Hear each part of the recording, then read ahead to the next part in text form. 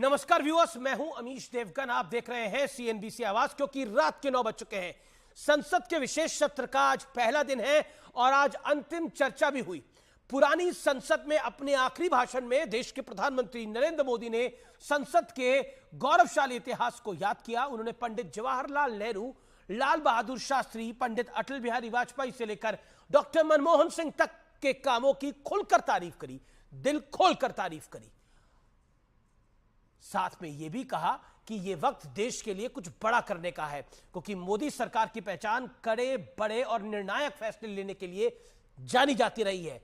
तो आज सीएनबीसी आवाज के टक्कर के विशेष एडिशन में इसी विषय पर चर्चा होगी। विशेष सत्र है, लेकिन सियासत भी जो है वो जबरदस्त है, पॉलिटिक्स भी जो है वो जबरदस्त है। स्वागत है आपका टक्कर के मंडे एडिशन में।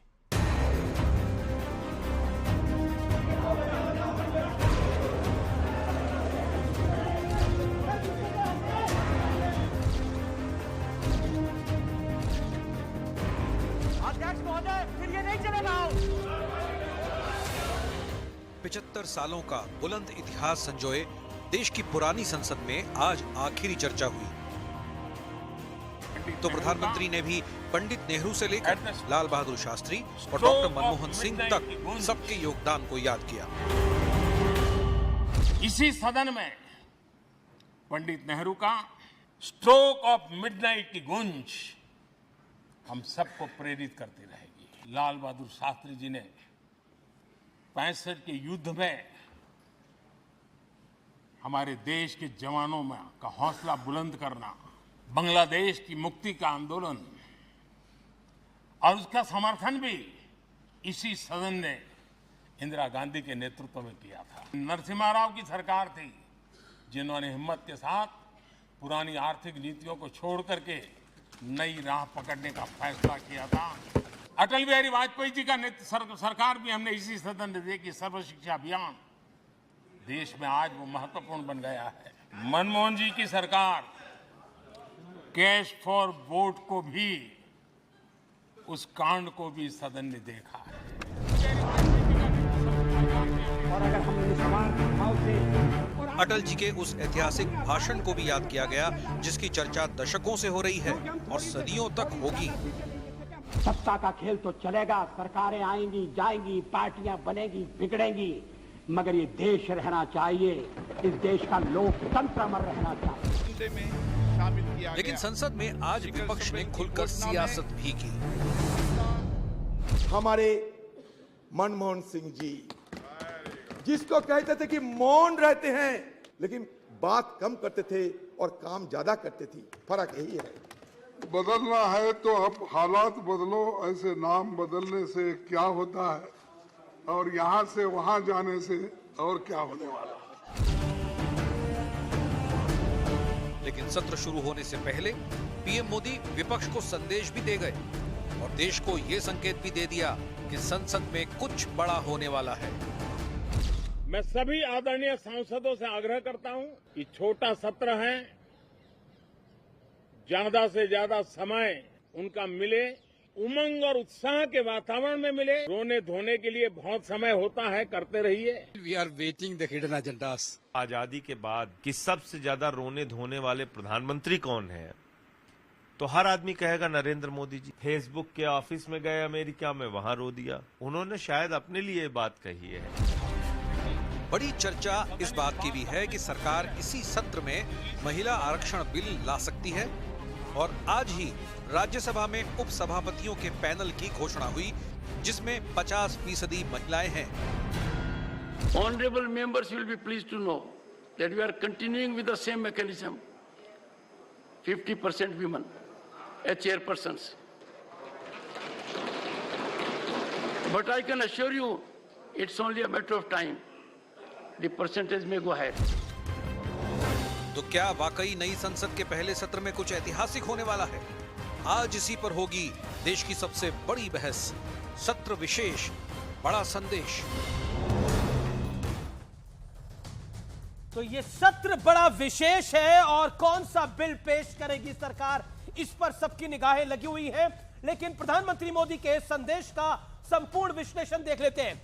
आइए पहला संदेश, पीएम मोदी ने सकारात्मक संवाद की पहल करी है, यानी एक पॉजिटिव संवाद की पहल करी है, जिसमें पंडित नेहरू का भी जिक्र है, लाल बहादुर शास्त्री का भी जिक्र है, अटल बिहारी वाजपेयी का भी जिक्र है। दूसरा संदेश, प्रधानमंत्री मोदी ने कहा रोने धोने के लिए बहुत वक्त मिलेगा, लेकिन यह वक्त देश को उमंग से भरने वाला है।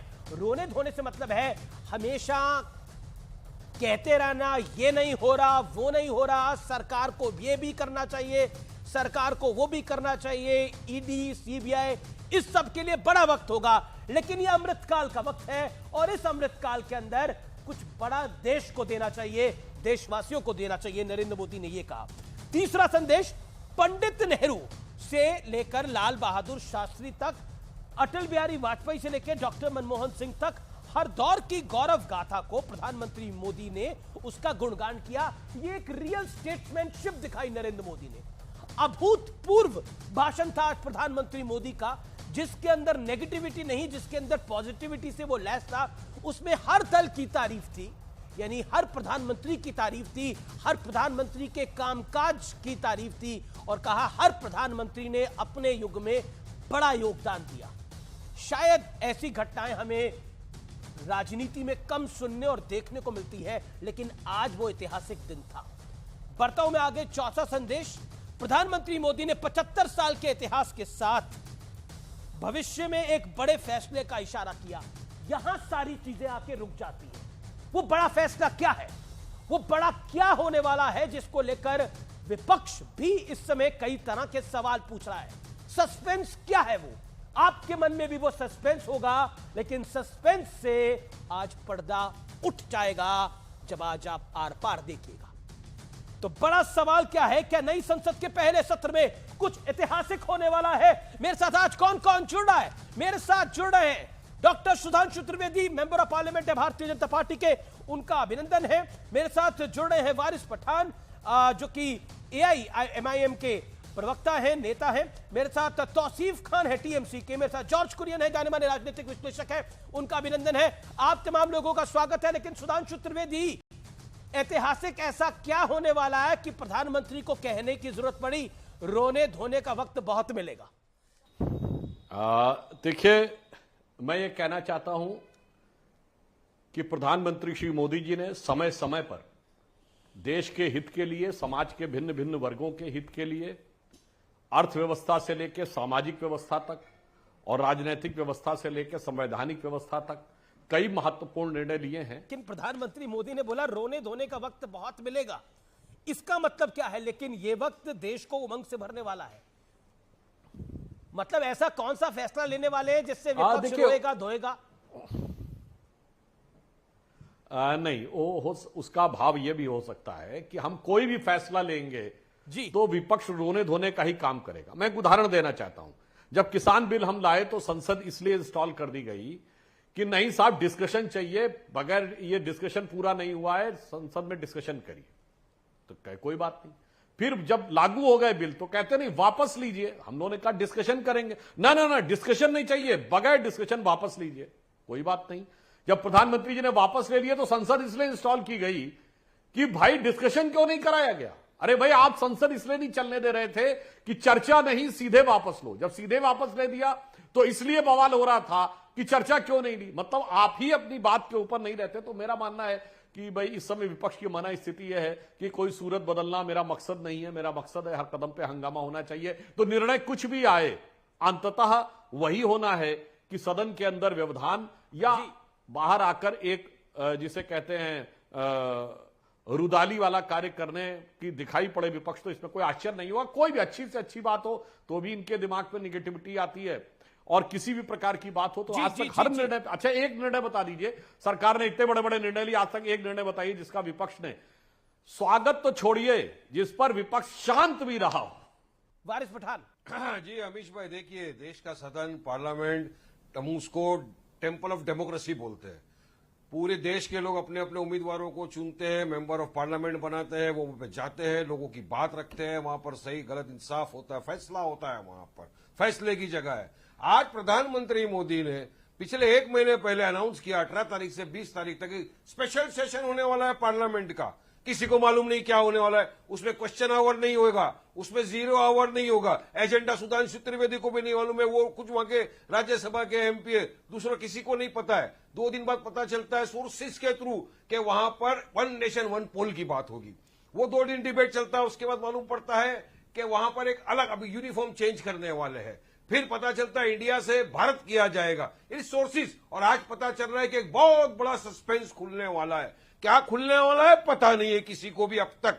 अब बात नंबर 2, अमीश भाई, प्रधानमंत्री ने 50 मिनट से ज्यादा का आज भाषण दिया। 52 मिनट, 52 मिनट, 1970-75 से लेके आप 52 मिनट 75 तक सारी बातें बता दी। प्रधानमंत्री जी, पुलवामा हुआ था, आपने लाल आंख दिखा दी, सर्जिकल स्ट्राइक की बात कर दी, सब कर दिया। 4 दिन पहले आनंदनाग रजौरी में हमारे बहादुर सिपाही का कत्ल कर दिया गया, उनको शहीद कर दिया गया। पाकिस्तान के आतंकवादियों ने हमारे 3 बहादुर सिपाहियों को शहीद कर दिया।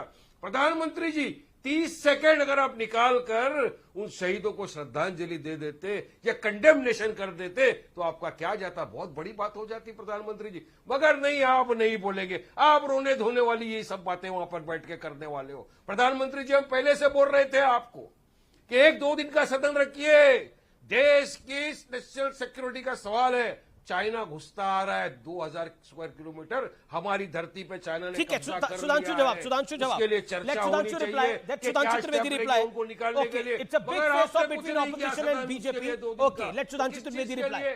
Sudhanshu, then George Kurian will come to you. फायदा क्या? जी सुधांशु। देखिए, ये जो कहने का प्रयास कर रहे हैं माननीय प्रधानमंत्री जी ने, जब कोई आतंकवादी कार्रवाई हुई है ना, तो इसमें कोई स्टेटमेंट देने की जरूरत नहीं है, सीधे पनिशमेंट दिया है जनाब। जो हुआ है वो आज तक नहीं हुआ है। सर्जिकल स्ट्राइक भी हुई, बालाकोट भी हुई, और आपने रोने धोने की बात कही तो आप तो पाकिस्तान को रोने के मुकाम पे पहुंचा दिया है। अब इससे ज्यादा पाकिस्तान के लिए रोने के हालात क्या होंगे कि सऊदी अरब के प्रिंस मोहम्मद बिन सलमान G20 के बाद एक दिन भारत में आते हैं और यह पाकिस्तान का सबसे हम सफर, हम नियाला, हम पियाला, हम राज, और उसके गिड़गिड़ाने पर भी 1 घंटे के लिए वहां नहीं जाते हैं। इससे ज्यादा कोई चीज हो सकती है। इसलिए मैं कह रहा हूं, जो प्रधानमंत्री जी ने कहा सही कहा, आपको बड़ी से बड़ी चीज में भी कोई ना कोई रोने की चीज नजर आएगी। आपने कहा हमने उस पर कार्रवाई करके भी रुलाया और डिप्लोमेसी में भी रुलाया। आज उसे पैसे की दरकार है और उसका सबसे बड़ा दानदाता भी उससे मिलने को तैयार नहीं है और हमसे बिजनेस डील करने को तैयार है। बताइए, यूएई हमारे साथ कॉरिडोर बनाने को तैयार है मिडिल ईस्ट और यूरोप से, और पाकिस्तान को फूटी कौड़ी देने को तैयार नहीं। उसके बाद आपको नजर आता है कि हम पाकिस्तान को हैंडल नहीं कर पा रहे, तो मैं कहूंगा जनाब, चश्मा उतारो, फिर देखो यारों, दुनिया नई है, चेहरा पुराना। जी मैं वारिस पठान आपके पास वापस आऊंगा, लेकिन मैं जी मेरे एक ही जवाब देना चाहता हूं। 10 सेकंड में सुधांशु जी को जवाब दूंगा। सुधांशु जी, यही तो प्रॉब्लम है ना कि प्रधानमंत्री को दुनिया भर के मुसलमानों से प्रेम होता है, हमारे देश के मुसलमानों के प्रति प्रेम नहीं है। यहाँ के मुसलमानों को हर दिन मॉब लिंचिंग कर दिया जाता है, कभी गाय के नाम पे मार दिया जाता है, कभी JSR के नाम पे मार दिया जाता है, मगर प्रधानमंत्री उनको सजा देने के अंदर विफल रहे। मॉब लिंचिंग के कानून में कायदा नहीं बनाते कि उनको सजा मिले। सकते हैं वारिस पठान, अब तो एक नई उमंग, एक अरे भाई रोना धोना, अरे अमीश भाई, कौन रोता है कौन धोता है? प्रधानमंत्री रात दिन बोलते रहते हैं, इनको तकलीफ है, एक चाय वाला यहां तक कैसे पहुंच गया। तो दीवार पिक्चर अमिताभ बच्चन का डायलॉग सुन सुन के थक गए। एक कुली इतना बड़ा बिल्डर कैसे बन गया? डायलॉग बाजी का टाइम खत्म हो गया। सुधांशु जी, पार्लियामेंट ने कुछ अच्छे फैसले दिए तो कुछ ऐसे भी फैसले दिए जिससे हमारा दिल आहत है। आज भी 6 दिसंबर हो गया था, तब क्या हुआ था? कुछ नहीं। डायलॉग बाजी। तो रवि बाबू आपका रुख देखिए, रहमान साहब की बात की, सालार की बात की, सबको उन्होंने श्रद्धांजलि दी। सुधांशु, दीवार का डायलॉग है, एक कुली यहाँ से बिल्डर बन गया, आज मेरे जेब में 3 रुपया नहीं है, मैं 3 लाख का सौदा करने आ गया। आप मुझे लगता है Waris Pathan, on a lighter note, Waris Pathan, अगर आप नेता नहीं होते तो आज बड़े फिल्म स्टार होते आप। मेरे आजू बाजू में सब वही रहते हैं ना अमीश भाई, मैं जहाँ रहता हूँ में सब मेरे बिल्डिंग में आजू बाजू सब यही है। इनसे भारी डायलॉग में मार सकता हूँ, मगर क्या मारे? सुधांशु भाई जब विद्वान आदमी है। सुधांशु त्रिवेदी अगर नेता नहीं होते तो मोटिवेशनल स्पीकर होते, क्योंकि ये बातें बहुत अच्छी कर लेते हैं सुधांशु त्रिवेदी। देखिए मान्यवर, हमने डायलॉग की बात नहीं की है, हमने तो कार्रवाई की बात की है, और कार्रवाई हमने सटीक की है, सबके लिए की है। और आपने कहा कि मुसलमानों के लिए मन में कोई बात थी, तो मैं सिर्फ यह बता देना चाहता हूं, देश की जो योजनाएं उसमें 70% मुस्लिमों को कोई ना कोई वो मिला है। और जो आपने कहा मार दिए जाते थे, उसमें आज अयूब पंडित, इंस्पेक्टर अयूब पंडित को भूल गए, लेफ्टिनेंट फैयाज को भूल गए, भारत की सेना के जवान औरंगजेब को भूल गए। ये किसके दौरे हुकूमत में मारे जाते थे लोग? इसलिए आप ये भी तो याद करिए अब कितना वक्त में बदलाव आया है। जिस जगह पे वो लोग मारे जाते थे वहां G20 की समिट हुई है, मैं कश्मीर की बात कर रहा हूं। तो इससे आपको यह समझ में आना चाहिए कि हमारे ही जमाने में। और एक बात कह दूं वारिस पठान साहब, आपकी पार्टी का नाम तो MIM है ना, मजलिसे इत्तेहादुल मुसलमीन। तो पूरी दुनिया में सबसे ज्यादा जकात, पूरे भारत में सबसे ज्यादा जकात कहां के मुस्लिम देते हैं? गुजरात के देते हैं ना, जहां 28 साल से मुसलसल हमारा शासन है। और जहां एक दिन हमारा शासन नहीं है, बंगाल, वहां क्या हालत है? खाने के लाले, बिहार खाने के लाले, और आपके हैदराबाद में बच्चियां जो है शेखों को बेच दी जा रही हैं। इसलिए फिर मैं कह रहा हूं, हकीकत है, पर्दा उठाओ तो देखो कि समाज की हर वर्ग। जॉर्ज कुरियन जी के, George Kurian waiting from long. Okay George Kurian, my straight point. George Kurian, क्या आपको लगता है जो प्रधानमंत्री ने बोला कि एक पॉजिटिव शुरुआत होनी चाहिए, सकारात्मक संवाद की पहल करनी चाहिए और संसद में कुछ बड़ा होने वाला है, विपक्ष क्यों परेशान है? सत्र से परेशान है, नई संसद से परेशान है? ये लाइव तस्वीरें इस समय हम आपको कैबिनेट मीटिंग की दिखा रहे हैं। लाइव तस्वीरें संसद भवन में चल रही हैं, कैबिनेट मीटिंग, उसकी लाइव तस्वीरें आप इस समय देख रहे हैं। ये बहुत महत्वपूर्ण कैबिनेट मीटिंग है। जॉर्ज, नमस्ते अमिश जी, आपने मुझे मौका दिया आपके चैनल पर आने का। सभी आपके दर्शकों को नमस्ते और मेरे पैनलिस्ट को। सबसे पहले मैं कह दूं, मैंने संसदीय लोकतंत्र के 75वें वर्ष के अवसर पर संसद में प्रधानमंत्री मोदी जी का भाषण सुना और बहुत गौर से सुना मैंने। इसमें कोई संदेह नहीं है कि उन्होंने अच्छे भाषण दिया है और उन सभी को याद किया है जिन्होंने 75वें वर्ष में भारतीय लोकतंत्र की इस यात्रा में यादगार बनाया है। साथ ही साथ मैं ये भी कहना चाहूंगा कि दोनों संसदों ने एक बड़ा ऐतिहासिक और ढेर सारी यादें जुड़े हैं इसमें। और विपक्ष को अभी भी सत्तारूढ़ सरकार के उस एजेंडा के अंदाजा नहीं है जिसके लिए स्पेशल सत्र बुलाया गया है, जिसमें 0 आवर नहीं है, क्वेश्चन आवर नहीं है, प्राइवेट मेंबर बिल नहीं होगा। तो इसमें एक संदेह जाता है कि क्या उद्देश्य है और क्या एजेंडा है भारतीय। आप लोगों को शक क्यों है, संदेह क्यों है? जॉर्ज, देखिए, कांग्रेस पार्टी के ओर से मैं और कांग्रेस पार्टी का पक्ष रखता हूं राष्ट्रीय हित में। मैं ये कहना चाहूंगा कि कांग्रेस पार्टी का मुझे पूरा कॉन्फिडेंस है कि कांग्रेस पार्टी एक सकारात्मक इस पे एक पहल करेगी और जो भी आने वाले सत्र में जो भी बिल्स आएंगे उसमें एक सकारात्मक उनका एक पक्ष होगा, इसमें कोई दो राय नहीं है। जहां तक के वुमेन रिजर्वेशन बिल का है, कांग्रेस पार्टी भी उस पर पूरी तरह से सहमति जताने वाली है कांग्रेस पार्टी जी। लेकिन संदेह जो बात है, रवि मैं आपके पास आता हूं। रवि जी, क्या आपको लगता है कि ये जो बात जॉर्ज कुरियन ने बोली, संदेह जाता है कि अभी तक एजेंडा क्लियर नहीं है, लेकिन सरकार ने तो 2 दिन का एजेंडा बिजनेस एडवाइजरी में क्लियर कर ही दिया है। देखिए अमीश, 1-2 लाइनें हैं। कल तक जो शख्स यहाँ तख्त नशीं था उसको भी अपने खुदा होने पे इतना ही यकीन था। तो ये चीज जो है ना, जो आज प्रधानमंत्री ने बोला अपने भाषण में, एक सरकास्टिक उन्होंने एक बात कह दी कि रोते धोने के लिए बहुत समय मिलेगा, छोड़ दीजिए। देखिए, रो तो आज पूरा देश रहा है। रो क्यों रहा है? किस बेरोजगारी की वजह से रो रहा है? 1100 रुपए 1200 रुपए का सिलेंडर खरीद रहा है, इसलिए रो रहा है। देश के अंदर आज आग लगी हुई है। मणिपुर में महिलाओं के साथ में क्या हुआ वो आप सबको मालूम है। नूह में क्या हुआ, आज कैसे लोगों को मारा गया और कैसे जातीय दंगे हुए, सबको मालूम है। कर्नाटक के अंदर चुनाव से पहले किस तरह से हिजाब, हलाल, मंदिर, मस्जिद के झगड़े खड़े किए गए, सबको मालूम है। पंडित नेहरू के बारे में इन्हीं महोदय, जो सुधांशु त्रिवेदी जी आदरणीय राज्यसभा सांसद बैठे हुए हैं, किस तरह के बयान आदरणीय नेहरू जी के बारे में दिए गए हैं, जिनके सामने आज प्रधानमंत्री सर झुका रहे थे। ये ट्रस्ट डेफिसिट है। सरकार के ऊपर विपक्ष को भरोसा नहीं है, इसलिए ये संदेह की बात हर समय खड़ी होती है कि सरकार क्या कर देगी। लेकिन आज तो पंडित नेहरू की तारीफ भी करी प्रधानमंत्री मोदी ने। और वो जनता के रोने की नहीं, वो विपक्ष के रोने धोने की बात कर रहे थे। नहीं, विपक्ष भी तो देश है। 63% लोग तो विपक्ष के जो है वो इस देश की आबादी है। वो क्या अलग से आते हैं कहीं से? वो जो भाजपा को वोट देते हैं, क्या वही देश है? देश ये भी तो है।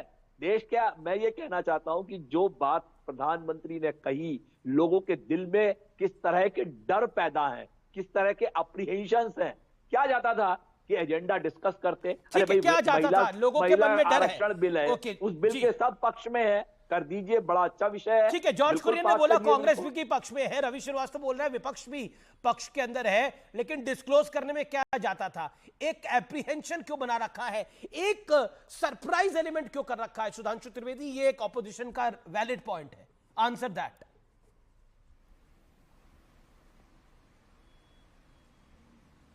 तय हो रहा है, मैं समझ नहीं पाया कि इन्होंने कब कोट किया, मैंने कब पंडित नेहरू के बारे में कोई आपत्तिजनक बात कही है। अगर मैंने कोई नॉन फैक्चुअल बात कही हो तो ये मुझे बता दे, तो मैं उस बात के ऊपर पुनर्विचार करने को तैयार हूं। परंतु मैं ये कहना चाहता हूं कि जो सरप्राइज एलिमेंट की कोई बात नहीं है। देखिए, एक व्यवस्था होती है, संसद का सत्र का नोटिफिकेशन होता है, उससे 3-4 दिन पहले या 4-5 दिन पहले बिजनेस एडवाइजरी काउंसिल की मीटिंग होती है, वो हुई। एक दिन पहले सर्वदलीय बैठक होती है, वो हुई। अब यदि कोई भी बिल आना होता है तो व्यवस्था ये होती है कि कैबिनेट की बैठक होती है, वो हो रही है। उसके बाद जो बिल होता है वो संसद के पास आता है। इसमें कौन सी बात है जो आपको लग रहा है कि बड़ा सरप्राइज है? हां, सरप्राइज तो वो होता है अमीश जी कि 2004 में जब हम 8 सीटों से चूक गए थे तो सोनिया गांधी जी ने सभी दलों से अपने नाम पर प्रधानमंत्री पद के लिए समर्थन का पत्र लिया और प्रधानमंत्री पद का दावा करते हुए राष्ट्रपति भवन गई और लौट के आते आते सरप्राइज एलिमेंट होता है और डॉक्टर मनमोहन सिंह प्रधानमंत्री बन जाते हैं। तो उनको ऐसा लगता होगा, ऐसे ही 1991 में सरप्राइज एलिमेंट होता है, अचानक पीवी नरसिम्हा राव प्रधानमंत्री बन जाते हैं। 1984 में सरप्राइज एलिमेंट होता है और राजीव गांधी जी प्रधानमंत्री बन जाते हैं।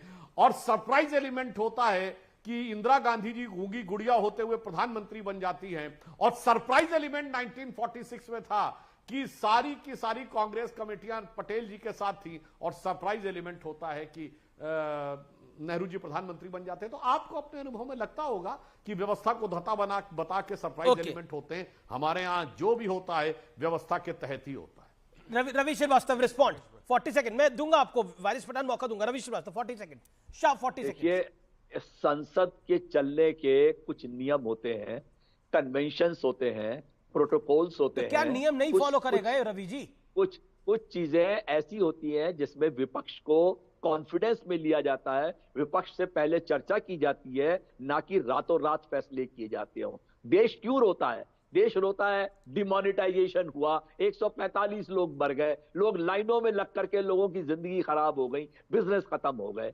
जीएसटी लाए गए जिसके बारे में कहा गया एक देश एक टैक्स रहेगा, वहां एक देश और 60 टैक्स हो गए। तो ये किस तरीके के, कोविड के बारे में आपने विदेशों के अखबारों में पढ़ा होगा, हिंदुस्तान में 45 लाख लोगों ने अपनी जान से हाथ धोया है। काला बिल, जो किसानों का बिल लाया गया, वो किस तरह से लाया गया? ये इस तरह के फैसले संसद में किए जाते हैं जिनकी वजह से विपक्ष को प्रधानमंत्री और देश की सरकार पे विश्वास नहीं होता कि ये क्या कर देंगे। ओके,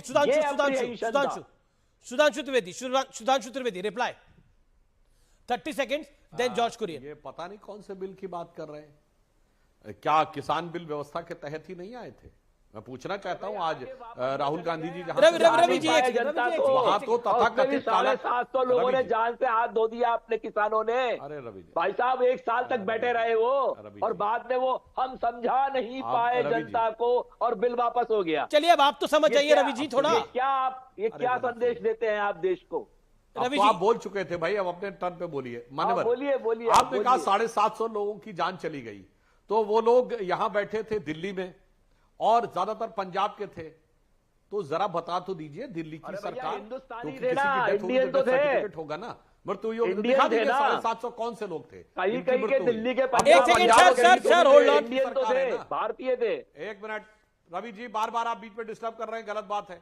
आप क्या जवाब दे रहे हैं कि दिल्ली और पंजाब के थे और दिल्ली और पंजाब दोनों जगह एक ही सरकार है। एक सेकंड रवि जी निवेदन को स्वीकार करिए, ऑडियो डाउन करना पड़ेगा मुझे एक एक करके। जॉर्ज कुरियन भी वेट कर रहे हैं। Sudhanshu, make your point. हाँ बस में जल्दी। और दूसरा, केरल से जहां राहुल गांधी जी सांसद है वहां तो तथाकथित काला कानून लागू है, वहां एपीएमसी एक्ट नहीं है, मगर उसको लेके कोई हल्ला नहीं होता। इसलिए हम ये कहना चाहते हैं, हमने जो किया है व्यवस्था के अनुसार किया है, हमने वो काम नहीं किया कि 35A एक ऐसा कॉन्स्टिट्यूशनल अमेंडमेंट था जो संसद में कभी आया ही नहीं। वाह, पिछले दरवाजे से प्रेसिडेंशियल प्रोक्लेमेशन से कॉन्स्टिट्यूशन का अमेंडमेंट हो गया, ये हमने नहीं किया मान्यवर। देश की पहली सरकार डिसमिस हुई 1951 में, कांग्रेस ने अपनी पंजाब की सरकार डिसमिस की, किसके द्वारा? कॉन्स्टिट्यूएंट असेंबली ने डिसमिस की। मगर बगैर चुनी हुई सरकार ने, बगैर चुनाव हुए केंद्र की सरकार ने डिसमिस कर दिया। 1980 में आपने सत्ता में आने के बाद विपक्ष की सारी सरकारें इसलिए बर्खास्त कर दी कि अब हम केंद्र में सत्ता में है तो विपक्ष को राज्यों में शासन करने का अधिकार नहीं है। इसलिए मान्यवर, किसने क्या किया है जब बोलिए, थोड़ा विचार करके बोलिए। जॉर्ज कुरियन, लंबी फहरिस्त गिना सकता। जॉर्ज कुरियन, ऑपोजिशन को ट्रस्ट क्यों नहीं है, भरोसा क्यों नहीं है कि सरकार क्या करेगी? Point number 1। और आपको यह भरोसा क्यों है कि जो भी फैसला होगा वो चुनाव जीतने को लेकर होगा, जनता को भ्रमित करने के लिए होगा? ये पहले से ही लाइन बोली जा रही है, ऐसा क्या लग रहा है आपको हो जाएगा? What will happen? Amish ji, मैं सुधांशु जी को बहुत आदर करता हूं, उनको बहुत रिस्पेक्ट करता हूं। मैं ये भी जानता हूं कि वो बात को घुमा फिरा के पेश करने में बहुत माहिर है। तो साथ ही साथ मैं ये कहना चाहूंगा कि विपक्ष एक सकारात्मक भूमिका निभाएगी और विपक्ष काफी काबिल है कि किसी भी सिचुएशन को कंट्रोल करने में और उस पे अपना पक्ष रखने में विपक्ष काफी सकारात्मक तरीके से काबिल है। मैं ये चाह रहा हूं कि एक 9th आवर पे बीजेपी और गवर्नमेंट जो है कुछ बातें छुपा रही है। आने वाले समय में तो पता ही चले जाएगा, क्योंकि 5 दिन का ये स्पेशल सेशन बुला गया है जिसमें ना 0 आवर है, ना क्वेश्चन आवर है, ना प्राइवेट मेंबर बिल होगा। तो ऐसा क्या है विपक्ष जो बताना नहीं चाह रहा है, और आने वाले समय में ये देश को पता ही चल जाएगा इस बारे में। काफी सारे ज्वलंत मुद्दे हैं, जो बढ़ती महंगाई है, बेरोजगारी है। इस समय की बहुत बड़ी ब्रेकिंग स्टोरी है, सीधा उस बड़ी खबर का मैं रुख कर लेता हूं। वो बड़ी खबर यह है कि नई संसद पर यह बहुत बड़ी खबर आई है।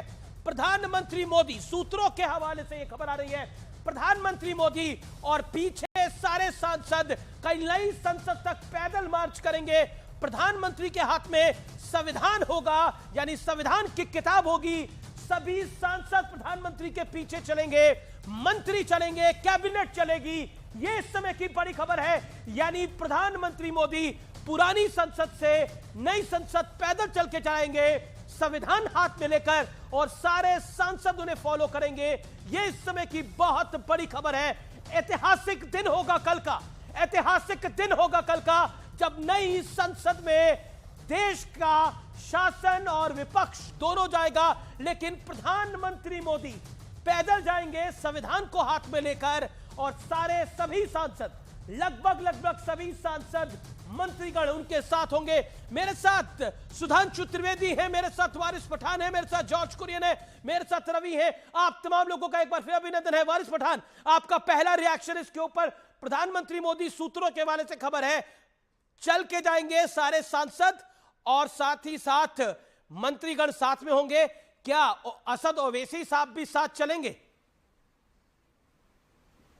देखिए अमीश भाई, सबसे पहले तो मैं आपके सूत्रों की खबर को नहीं मानता जब तक बीजेपी या प्रधानमंत्री की तरफ से कोई ऑफिशियल स्टेटमेंट न आए, क्योंकि हम पिछले काफी दिनों से देख रहे हैं सूत्रों के हवाले से ही खबर आ रही थी 1 नेशन 1 पोल की अनाउंसमेंट होने वाला है। सूत्रों के हवाले से ही खबर आ रही थी कि इंडिया का नाम भारत होने वाला है। ये तो सारी सूत्रों के हवाले से आज भी एक खबर आ रही है। अब तो पता चल रहा है दूसरे चैनल के ऊपर के एक बहुत बड़ा धमाका प्रधानमंत्री करने वाले हैं। एकदम सस्पेंस कुछ खुलने वाला है, कुछ पता नहीं है, कुछ पता नहीं है।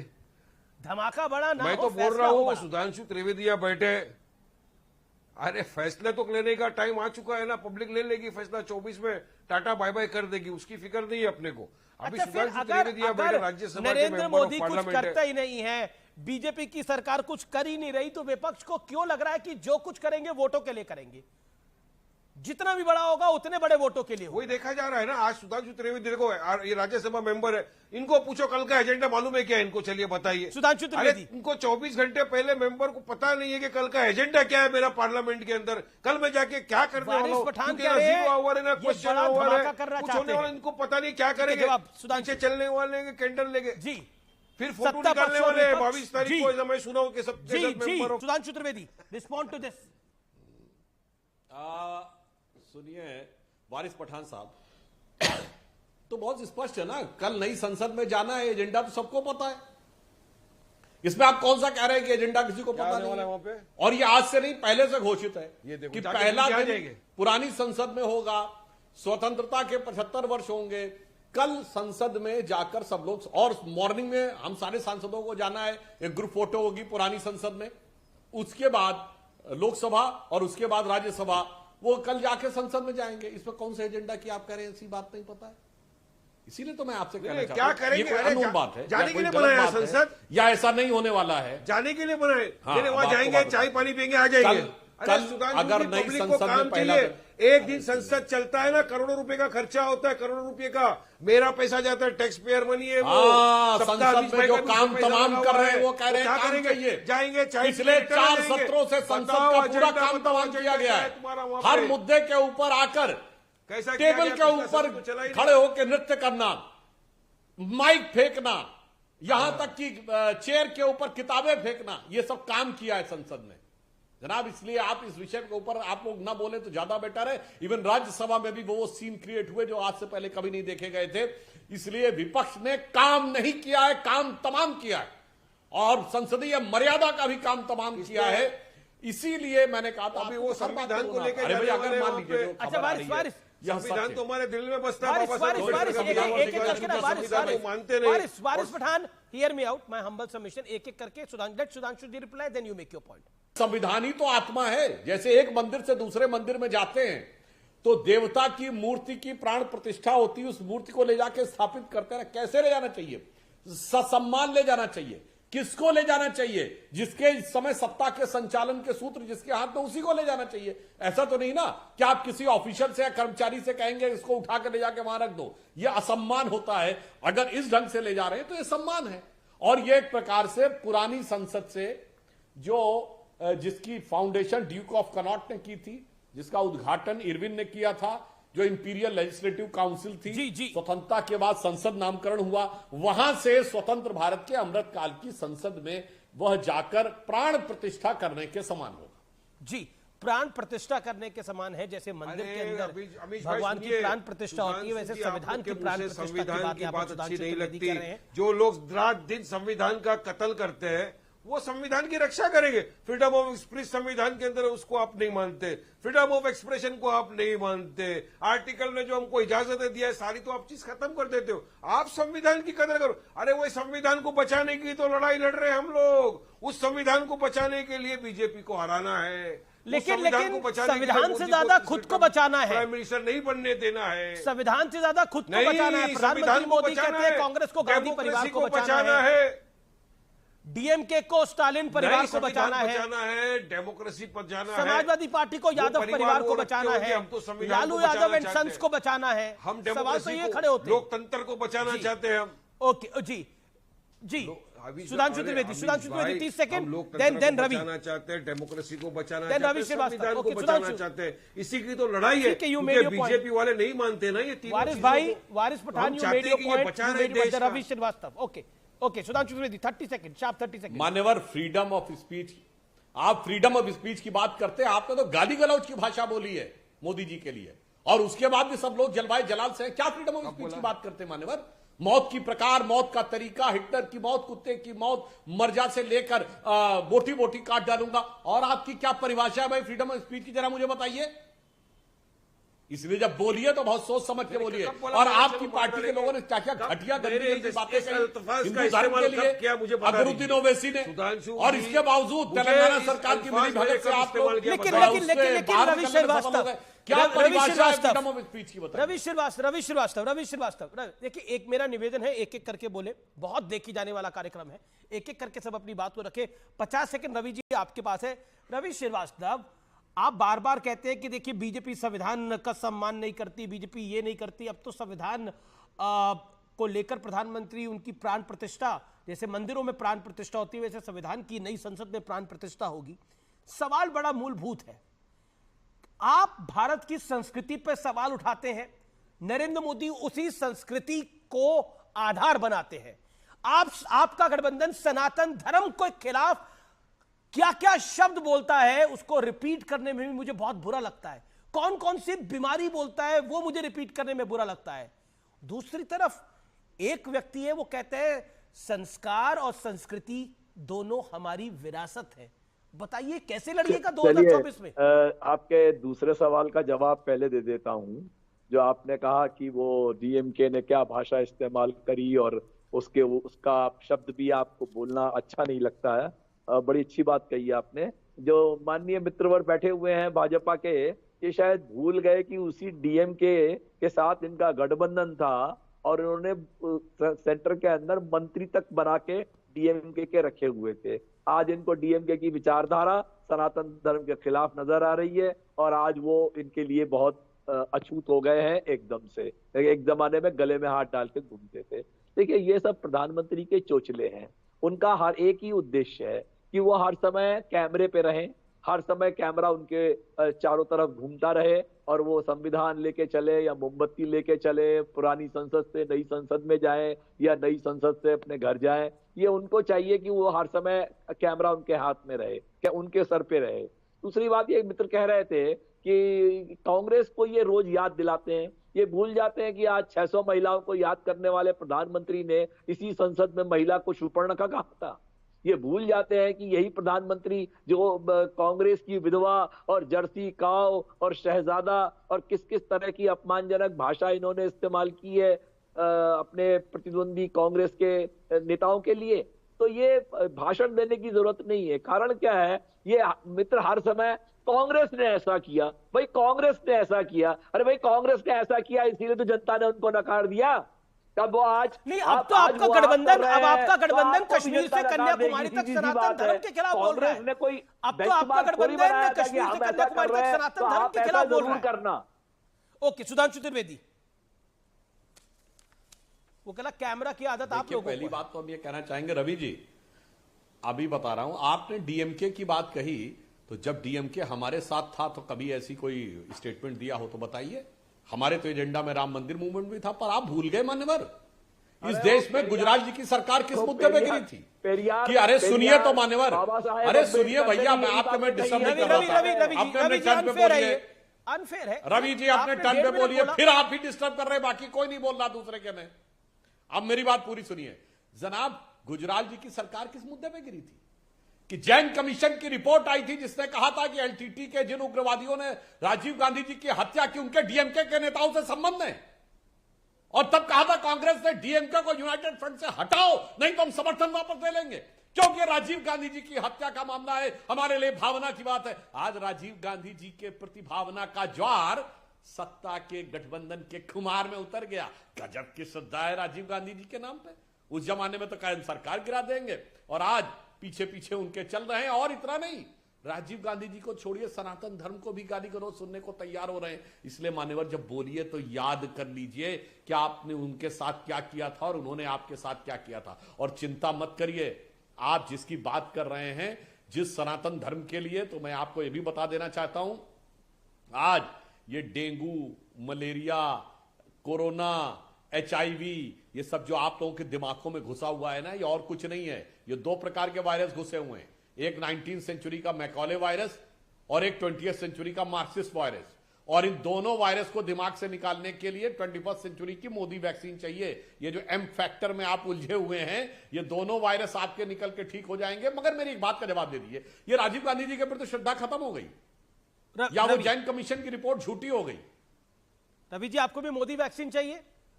देखिए, उस मोदी वैक्सीन की वजह से ही इस देश के अंदर 45 लाख लोगों ने अपनी जान से हाथ धो बैठे हैं। तो उस वैक्सीन की तो ज्यादा बात मत करिए। और जो बाकी बच गए, मोदी वैक्सीन सिर्फ एक है और वो है नफरत की वैक्सीन, वो है देश को बांटने की वैक्सीन, वो है देश में दंगा फसाद करवाने की वैक्सीन। सिर्फ एक ही वैक्सीन है भाजपा के पास में, और इसका इलाज अगली 2024 के चुनाव के अंदर इस देश की जनता कर देगी। कोई वही वैक्सीन आपके साथ इस्तेमाल की जाएगी जो आज आप दुनिया को दिखाने की कोशिश कर रहे हैं। नफरत दूसरे फैला रहे हैं। सुधांशु त्रिवेदी, आपके पास नफरत की वैक्सीन है। 20 सेकंड, देन जॉर्ज कुरियन। मैं बता रहा हूं, फैक्ट की बात करनी चाहिए। आपने कहा 45 लोगों की मृत्यु हुई, सबसे ज्यादा अगर कोविड का प्रभाव था तो कहां था? दिल्ली, मुंबई, केरला। इनमें कहीं हमारी सरकार नहीं। दिखाइए डाटा कितना है कोविड से मृत्यु वालों का। आके झूठ में कोई भी डाटा सारे राज्य हिंदुस्तान का हिस्सा है। ये सारे राज्य हिंदुस्तान का हिस्सा है। तो बोलिए ना, राज्य के अंदर में तो मेडिकल भाई चिकित्सा राज्य का विषय है, तो राज्य का ही अस्पताल सर्टिफिकेट देगा ना कि मृत्यु हुई और कोरोना से हुई। फिर जाति पर बांटते हैं, फिर धर्म पर बांटते हैं। आपका काम सिर्फ बांटने का है। जहां से भाग के इस पे आ गए। वक्त है एक अंतराल का। व्यूअर्स एक ब्रेक के लिए रुकेंगे, लेकिन ब्रेक के उस पार सीएनबीसी आवाज पे टक्कर जारी है। वेलकम बैक व्यूअर्स, आप देख रहे हैं सीएनबीसी आवाज पे टक्कर का आज का एडिशन। और अब भारत के लोकतंत्र और उसके इतिहास की बात कर लेते हैं। भारत के लोकतांत्रिक इतिहास में मंगलवार का दिन यानी ट्यूसडे का दिन ऐतिहासिक होने जा रहा है, क्योंकि कल भारत की संसदीय प्रक्रिया बैटन रिले रेस की तरह इतिहास से भविष्य की ओर आगे बढ़ेगी। मंगलवार से हम ऑफिशियली नई संसद में शिफ्ट करने जा रहे हैं। नई संसद 21वीं सदी के नए भारत का एक बहुत बड़ा प्रतीक है। वहां आधुनिकता से लेकर भारत की सांस्कृतिक विरासत का सही मिश्रण है। तो पुरानी संसद वो इमारत है जिसने भारत को गिरते, संभलते, दर्द में कराहते, खुशी में झूमते भी देखा। इसलिए आज मैं अपनी यंग जनरेशन के लिए यह संवाद करने जा रहा हूं, ताकि वो जब चाहे अपनी विरासत और अपने इतिहास से रूबरू हो सके। 14 अगस्त 1947 आजाद भारत का वो पहला लम्हा था जब इसी संसद ने भारतीयों की नुमाइंदगी शुरू की थी। 14 अगस्त की आधी रात को पंडित नेहरू ने स्ट्रोक्स ऑफ मिडनाइट वाले मशहूर वाक्य के जरिए भारत की आजादी का ऐलान किया। आजादी के बाद सबसे पहले देश को जिस चीज की जरूरत पड़ने वाली थी वो था संविधान। संसद की यही पुरानी बिल्डिंग हमारे संविधान की शिल्पकारी की गवाह बनी। 9 दिसंबर 1946 को संविधान सभा की पहली बैठक यही हुई थी व्यूअर्स। इसके बाद 26 जनवरी 1950 को वो दिन आया जब देश में संविधान लागू हो गया। साल 1951 वो साल रहा जब देश में पहली पंचवर्षीय योजना यानी 5 ईयर प्लान की शुरुआत हुई। इसी बीच भारत 1948 और 1965 में पाकिस्तान और 1962 में चीन के साथ युद्ध लड़ चुका था। 1969 भारत के इतिहास का एक महत्वपूर्ण साल है, क्योंकि इसी साल देश के 14 बैंक्स का राष्ट्रीयकरण किया गया। 1969 के बाद 1980 में भी 6 बैंकों का राष्ट्रीयकरण हुआ। इससे बैंक शहरों से गांव, कस्बों तक पहुंच गए। 1971 में भारत ने पाकिस्तान के 2 टुकड़े कर ईस्ट पाकिस्तान को हमेशा के लिए अलग कर दिया। हालांकि इसके बाद भारत के इतिहास का सबसे काला दौर भी आया जब 1975 में इंदिरा गांधी के नेतृत्व वाली कांग्रेस की सरकार ने देश में आपातकाल लागू कर दिया। लोकतंत्र को 21 महीने के लिए तिल तिल कर घुटते इसी संसद भवन ने देखा था कांग्रेस के शासन में। 24 जुलाई 1991 का वो दिन आया जिसे भारत के आर्थिक आजादी का दिन भी कहा जाता है, क्योंकि नरसिम्हा राव की सरकार ने देश में खुली अर्थव्यवस्था का रास्ता अपना लिया था। कहना गलत नहीं होगा कि मौजूदा दौर की मजबूत अर्थव्यवस्था की नींव उसी दौर में रखी गई थी। हालांकि इस रिफॉर्म के बावजूद देश में बदलाव की लहर चल रही थी, लेकिन सच्चाई यह भी थी कि वो लहर इतनी मजबूत नहीं थी कि विपक्ष सत्ता में आ सके। इसलिए अटल बिहारी वाजपेयी पहले 1996 में 13 दिन और फिर 1999 में 13 महीने के लिए प्रधानमंत्री बने। 1999 में तो उनकी सरकार महज 1 वोट से गिर गई, लेकिन 1999 में एनडीए को पूर्ण बहुमत मिला और अटल बिहारी वाजपेयी ने पूरे 5 साल प्रधानमंत्री बने रहे। 1999 में ही भारत ने एक बार फिर पाकिस्तान को धूल चटाई। भारत के वीर जवानों ने कारगिल से पाकिस्तानियों को उल्टे पांव दौड़ा दिया। 2004 में बीजेपी का इंडिया शाइनिंग कैंपेन फ्लॉप रहा और कांग्रेस वाले यूपीए को बहुमत मिल गया और किसी को अंदाजा भी नहीं लगा, एक सरप्राइज एलिमेंट आया। अगले 10 साल तक डॉक्टर मनमोहन सिंह प्रधानमंत्री हो गए। अमेरिका का भारत सरकार की न्यूक्लियर डील काफी फेमस रही। इसके विरोध में पहले लेफ्ट ने समर्थन वापस लिया, फिर मनमोहन सरकार को अविश्वास प्रस्ताव का सामना करना पड़ा। मुलायम सिंह यादव ने सरकार को बचाया, लेकिन नोट फॉर वोट कांड ने दुनिया भर में भारत की संसद की तस्वीरें वायरल कर दी थी। इसके बाद आता है साल 2014, मोदी का वो दौर। नरेंद्र मोदी के आगमन के साथ ही अरसे बाद पूर्ण बहुमत की गैर कांग्रेसी सरकार का आगमन होता है। संसद की सीढ़ियों में दंडवत प्रणाम करने के बाद नरेंद्र मोदी पहली बार संसद में कदम रखा, और ऐसा रखा कि 2019 से 2014 के मुकाबले ज्यादा मजबूत होकर वापस आए। बीते 9 साल में एक एक करके वो सारे काम निपटाए जा रहे हैं जो न सिर्फ बीजेपी के कोर एजेंडे का हिस्सा रहे हैं बल्कि देश हित में भी थे। 2017 में वन नेशन वन टैक्स यानी जीएसटी लागू हो गया। 5 अगस्त 2019 को जम्मू कश्मीर में अनुच्छेद 370 और 35A को पूरी तरह से खत्म कर दिया गया। इससे पहले 30 जुलाई 2019 को ट्रिपल तलाक के खिलाफ कानून लोकसभा के बाद राज्यसभा में भी पास हो गया। वन रैंक वन पेंशन, गरीबों को 10% आरक्षण समेत लिस्ट बड़ी लंबी है। और प्रधानमंत्री मोदी का मानना है कि अब इस अमृत काल में अब और कुछ बड़ा होगा। वो बड़ा क्या होगा ये तो वक्त बताएगा। फिलहाल सीएनबीसी आवाज की टक्कर के सोमवार एडिशन में इतना ही। उम्मीद है आज का कार्यक्रम आपको पसंद आया होगा। नमस्कार।